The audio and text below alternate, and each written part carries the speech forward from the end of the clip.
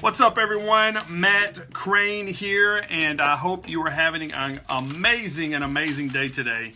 I'm really excited about bringing to you yet another edition of The Power of Knowledge, a book review series from my brand, The Power of Great. And I couldn't do this without the team and the effort of my man Jeremy Warner and Rush Impact Media, who do so much for all of us. And especially for myself at The Power of Great. I mean, they're amazing. They do so much behind the scenes work and don't ask for anything in return. So I'm very honored and proud to have them in my corner. But tonight, what I'm really proud of is that my man Brock Goss, you guys might know him on Facebook and social media, but my man Brock Goss, okay, he sent me a shirt he sent me a 110 shirt. And I was very honored that he sent this to me, and I found out today why he sent it to me. So I want to give my man, Brock Goss, a big shout out because he highlighted me today as one of those people to pay attention to that go 110%. And I was very honored for that. But what I was more proud of is that he actually sent me a book called The Go-Giver. And my man, William Dubberly, who I know is on here, is going to correct me for the book being backwards, but it is what it is. But anyway, The Go-Giver.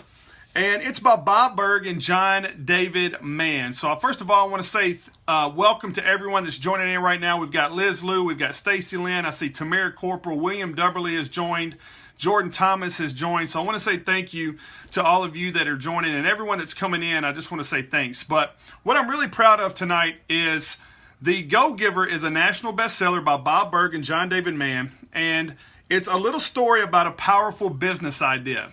So I apologize if I happen to look down at my notes, but I did take notes as I read through this book. And what the power of knowledge really is all about is, why do you read books? Why do you really want to go above and beyond and pay attention to information? Pay attention to those books.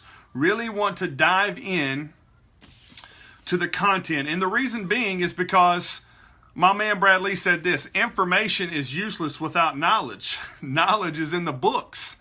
And so the Go-Giver is a book that follows a very ambitious and a very go-getter type person, and his name is Joe. The character in the book that's the go-getter and the very ambitious person's name is Joe. And I relate to Joe on so many levels at an early part of my career.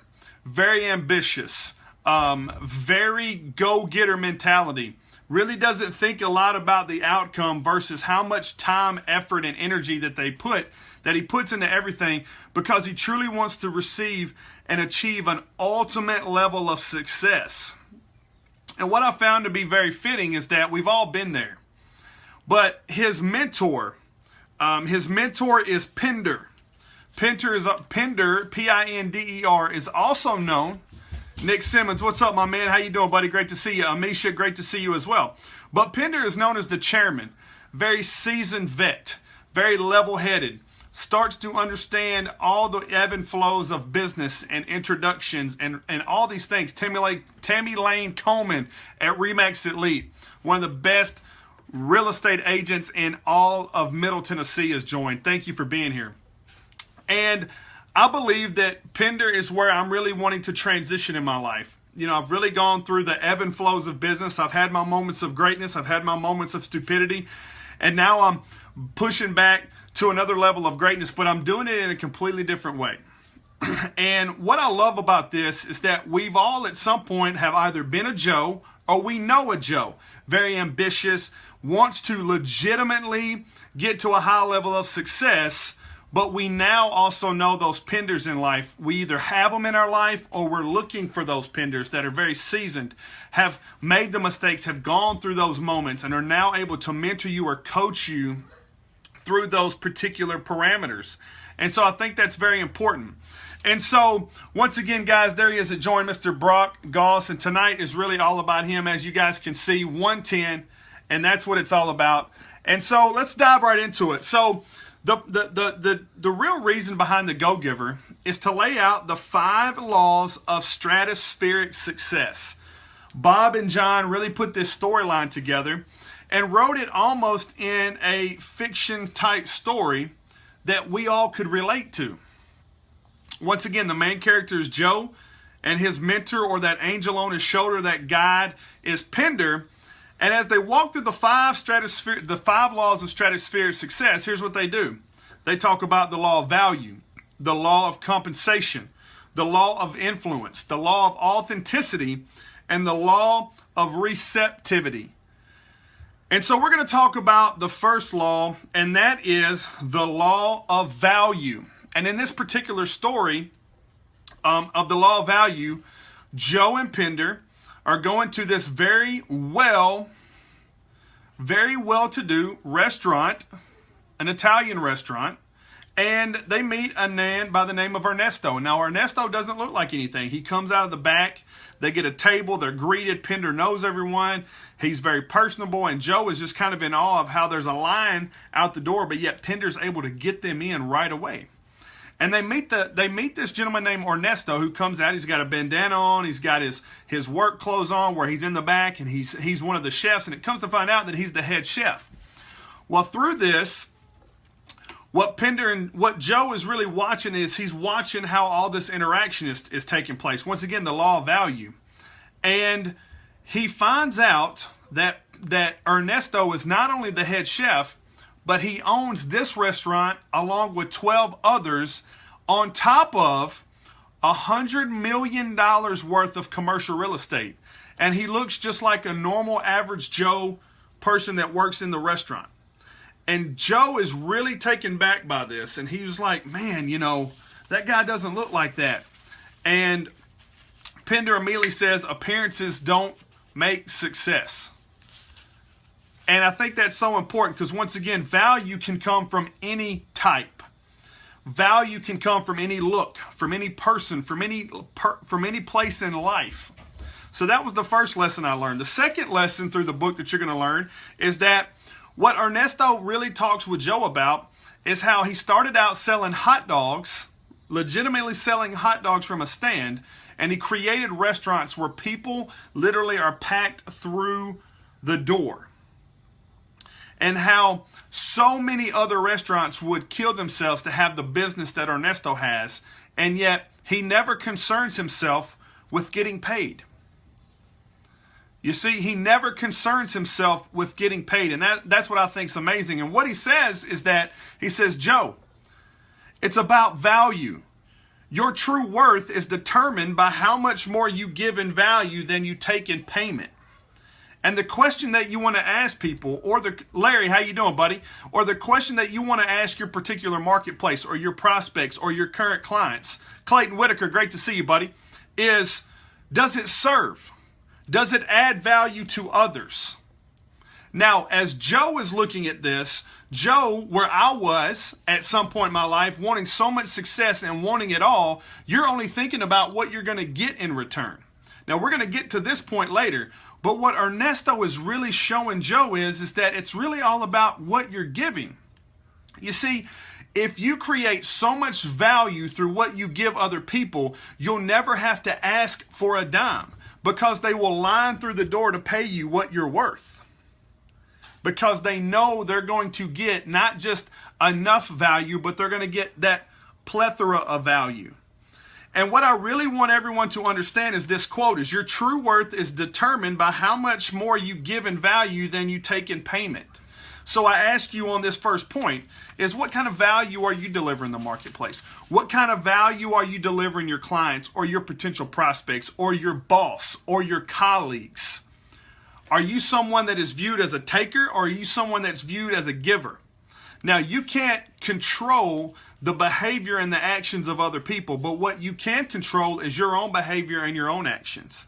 And understand this, not everybody is going to receive what you're going to give them the right way. But you most certainly need to have an attitude of giving, because that way you'll never ever have to ask for a payment in your life. It'll always be there for you. So point number one, law number one, the law of value. So as the story transitions, Joe and Pender meet a CEO of an education company called Nicole Martin. And Nicole Martin is someone that was a teacher. That absolutely, Clayton Whitaker, I couldn't agree more. God is love. If you give, you shall receive. Giving is always the best option. Absolutely. And so what I say to this is that Nicole was a teacher, very minimal salary. And what she frustrated on is that she created games that would help her students learn and create more opportunities for them to grow. But what frustrated her is that she could only reach 20 to 25 at a time because obviously she was confined, right? She was confined to her classroom. But what she started to understand is that while she might not have had all the resources she wanted in money, she had an abundance of resources in what she could provide to other people, how she could create a better opportunity for other people, how she could impact other people in such a positive way. Amy Freliks, thanks for being here. In such a positive way. Tamara Corporal, thanks for coming. Great to see you. Is that she started to now receive higher levels of payment. People were buying into this program that she created, this educational program. She was starting to touch so many children and impact the relationship that the parents were having with these children. Seeing the needle move in their life was so important that all of a sudden people were lining up through the roof. And through this, Joe was just amazed because he thought you had to have it all before you could do it all. So you had to have it all before you could do it all, right? But as my man Brock Goss will tell you, those that are willing to commit 110% will be able to have more opportunities to give more than those who are going to try to cheat the system and only go 70%. So what she says to Joe through this process is your income is determined by how many people you serve and how well you serve them. Wow. And Joe just kind of leaned back and thought to himself, holy cow, what's going on here? Because once again, Joe's ambitious. He wants success so bad that he's willing to do anything and everything to get it all. But what he was failing to see was how much you needed to give in order to receive what you truly want. And when Nicole Martin, who was a school teacher, who was a very low-paid public servant, if you will, says to him, your income is determined by how many people you serve and how well you serve them. She then takes that a step further and says this, it's not a question of value, rather of impact. What she's telling Joe is that so many people value themselves at six figures. So many people value themselves as indispensable, but yet they don't impact other people on a six-figure level. They don't create indispensable people outside of themselves. So let me ask you this. If you can't reciprocate your six-figure mentality or value system and show someone else and lead someone else to that same value system, are you worth six figures? Is your value really six figures? Early on in my career, that's exactly how I thought. Now I know that I'm not worth six figures at all if I can't lead someone else to that prosperity. Not at all. And so it's not a question of value, rather of impact. And let me tell you something, ladies and gentlemen. The minute I started to understand how to impact other people and unselfishly go all in for other people to achieve. Mitch Jackson, great to see you guys. Mitch Jackson is a phenomenal go-giver. This guy is a phenomenal go-giver. So once I realized that it was really about the impact and how you could step out into the marketplace and into the life, whether it was through a phone call, through a video message, through a reply on someone's social media, you never know the impact you're going to create on someone's life. This particular book review series, the fact that I'm wearing a 110 shirt right now because of Brock Goss, I impacted him on some level on a previous book review. That was amazing. And you know how much energy that gave me? You know how much confidence that gave me? But more importantly, how humbling that is? And let me help you out with something, ladies and gentlemen. When you understand that no longer value you, but look to impact other people, your referability becomes 6, 7, 8 figures, whatever you want to call it. Kerry Duke, great to see you, buddy. Hope to see you in the alumni game September 12th. I'm going to play in it as well. I might need you to help carry me around after the game. But do you realize how important your six-figure earning potential will be if you learn to impact other people on that level? It's absolutely unbelievable the amount of impact that you can generate if you're willing to commit to the law of what? To the law of value, to the law of compensation. So this is the law of compensation.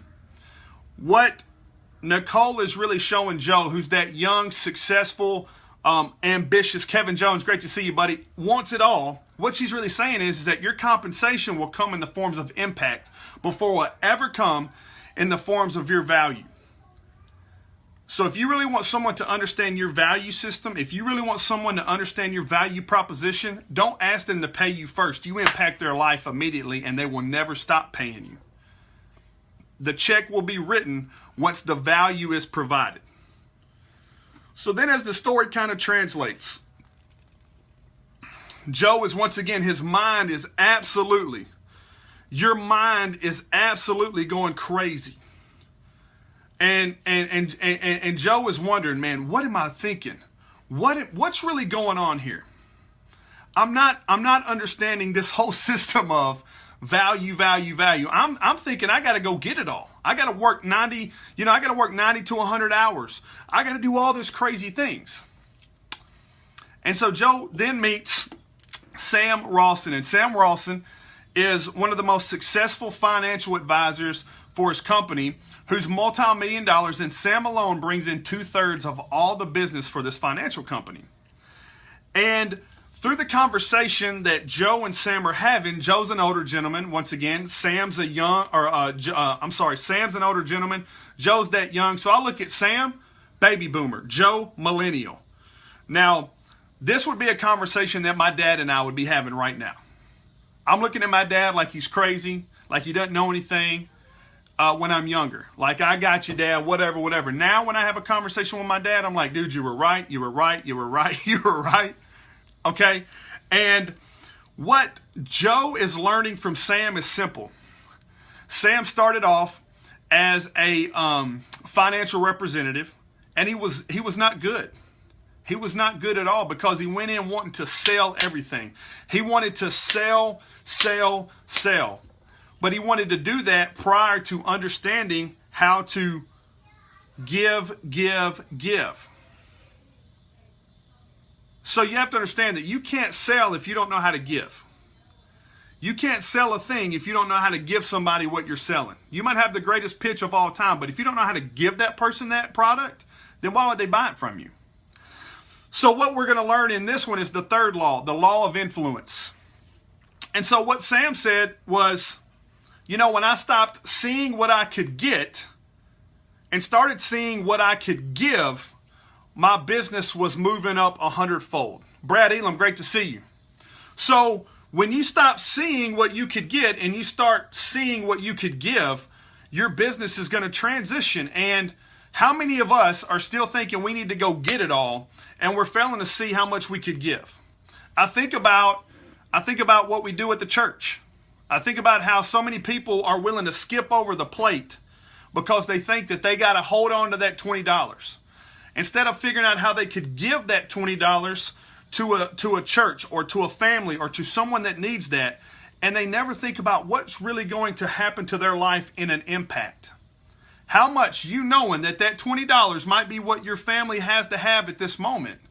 But if you're willing to part with that $20 and give someone the $20 that truly needs it because they may not be able to go and get it back, how will that impact your life? Once again, are you thinking in terms of that you still need to get everything, or are you thinking in terms of what can I give today? And Sam goes on to tell Joe this. Benny, great to see you, buddy. Your influence is determined by how abundantly you place other people's interests first. I think about this all the time. And when I was younger, I had this whole system backwards. I was more concerned with what I was going to get out of this process than truly trying to figure out what the person on the other end of that conversation really needed from this. So I was one of those salespeople that had great skill. I could get into any room. I could talk to any person. But yet I was still riding the struggle bus. And why was that? It was because I wasn't understanding how to shut up and listen. See, God gave us one mouth and two ears. So boy, I can use this with the best of them. but I was not doing enough with these things. And man, they stick out far enough to where I should be able to hear what's going on in California. So what I started to really appreciate about this particular law, the law of influence, is that if you stop talking so much and you really start listening to what other people need in their life, and you're willing to humble yourself and know that right now may not be a moment of what you need to get from something, but maybe you need to give somebody something in return. What's going to happen? You're going to now become an influencer. You want to know what it's like to truly be an influencer on social media and in life?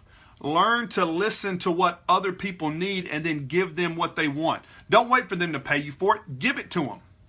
Because then what's going to happen is, just in Sam's case, Sam now went from a financial representative to a financial advisor. He was being called in to mediate, mentor, and advise people on their financial situations. Sit in corporations' war rooms and talk about their finances.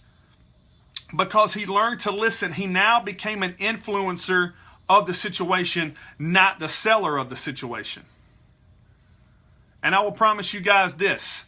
You don't see anybody on social media that's called an influencer that's making big money call themselves anything but an influencer. It's because they can influence the market. They can influence a decision. They can influence a network. They can influence your buying power. That is true power. But they do it through giving you what you need and what you want before you even ask for it. Okay? That's going 110.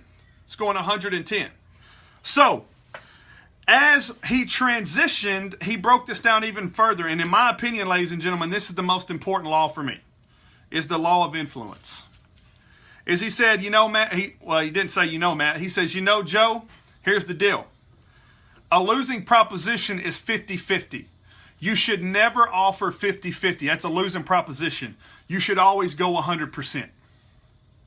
In our case, we're going to go 110%. So the only winning proposition is 100% in the book. Let's take it a step further and go 110. What does that mean for you? That means right now in your life, you may be sitting on the bus and you may be wanting a 50-50 split of a deal. Go all in. I closed a lady in Texas on my consulting services, and she was looking through 3 different coaches. And when we had that talk, what did I say? I said, you know what? You're going to make the decision that's best for you. So as soon as we hung up the phone, in her email inbox, I gave her the first 3 weeks of consulting sessions. I sent her a personal video message, and then I also sent her some bonus material. Material that people pay me to have. Roger, great to see you, buddy. There's another one right there. It's a millionaire real estate investor right there, Roger Van Sluis. I love that guy. So what happened there? I gave her what she wanted. I started to understand the power of giving, and she signed on the dot. And it wasn't because I did anything different. She was going to get that material anyway. It's just that I didn't wait for her to give me money. I gave her what she needed. And now I never have to worry about if her payment's coming in or not. So if you really want to understand the law of influence, shut down the talking sometimes and really open up those ears. Learn to take notes. The law of influences will be for those who understand how to take the most notes. If you gather the most information and you're able to solve the biggest problems because you were able to listen to the true problem, not look to talk about how you can solve it, you're always going to win. So the law of influence. Law number 4 is the law of authenticity. Now, when you think of social media, when you think of all this social selling that's going on, law of authenticity needs something that you become a master detective about. Because everybody's going to inflate their sense of self-worth on social media. Everybody's going to inflate their ego, and everybody can put together the greatest video of all time.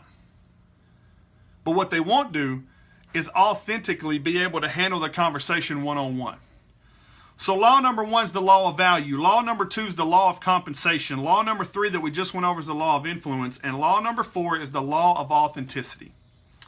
And through this, Joe, once again, his world is his world is changing. He went from thinking that he had to go all in and he had to go get all the money in the world, and he wanted to be a millionaire so bad that he was all about the get. And now his mind is shifting to all these power players in life, people that he legitimately wants to be like. And now he's thinking, man, I got to give something. I got to give something to the marketplace in order to get anything in return. So he runs into real estate broker Deborah Davenport. And Deborah Davenport is one of those people that when she walks in the room, she demands attention. She's got charisma. She's got style. She's got that swagger that everybody talks about. She reminds me of a Grant Cardone. When the guy shows up, whether you love him or hate him, you're going to pay attention to him. He's just got that way about him. And what happens is she now starts talking about how she went from being a housewife and a homemaker to her husband was traveling all the time. And she was getting bored. She needed to figure out what to do. And she thought that she had to create this story in order to get seen in different settings.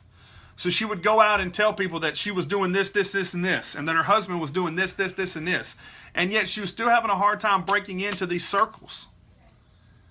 But then all of a sudden she had a conversation. She said, I'm just, as a housewife and as a homemaker, I just really feel like that I can do so much more. I wonder how many other homemakers out there think that they could do so much more but still provide the homemaking that they want to do for their family and be there as a mother.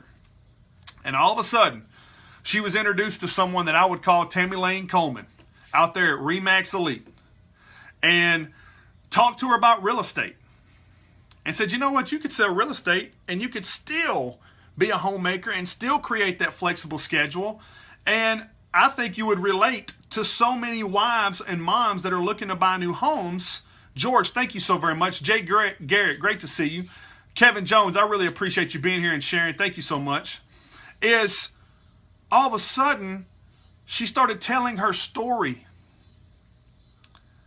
And she started to break through all these circles. To all of a sudden, she started now teaching people how to sell real estate from home, how to be a homemaker and make an additional income, how to provide an additional layer of income for her family, how to help your husband who's the breadwinner. Like, she understood how to authentically just talk about what she was doing. And out of nowhere, she started just blowing up, exploding.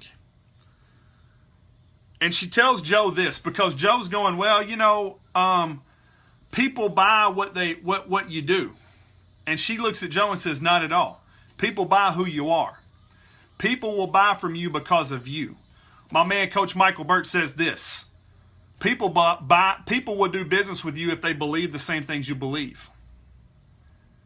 And so when you really start thinking about doing business, you have to understand that your circle will shrink before it expands. So if you're really delivering a message that other people are listening to, that they're valuing, that you're being authentic, you're gonna lighten the load of all this broad spectrum to pull from, because now you're starting to get targeted. And see, most people are scared to do that.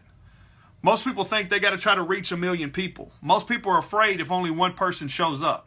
Well, what you have to understand is that 1,000 dominoes will never fall in the order that you want them to if you don't tap the first one. So what she says is the foundation of all people skills at its core is who you are. Deborah Davenport tells Joe this. The foundation of all people skills at its core is who you are.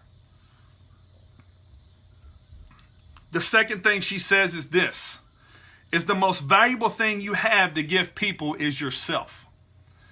Time is the only commodity you're never going to get back, but your most precious commodity is you.